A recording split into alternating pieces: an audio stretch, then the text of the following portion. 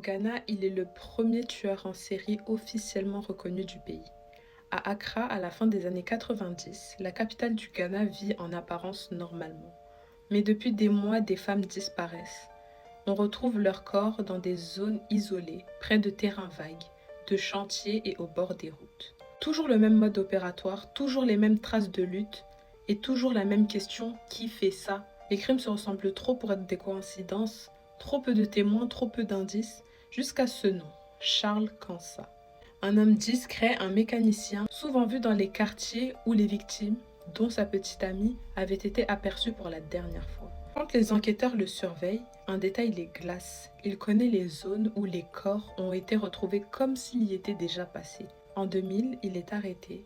Lorsqu'on l'interroge, Charles finit par avouer 2 meurtres.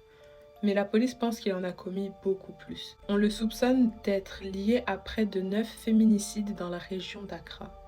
Son procès choque tout le pays. Personne ne comprend comment un homme si ordinaire peut cacher une telle violence. Les familles veulent des réponses. Le Ghana découvre, horrifié, qu'il vient de rencontrer son premier tueur en série officiel.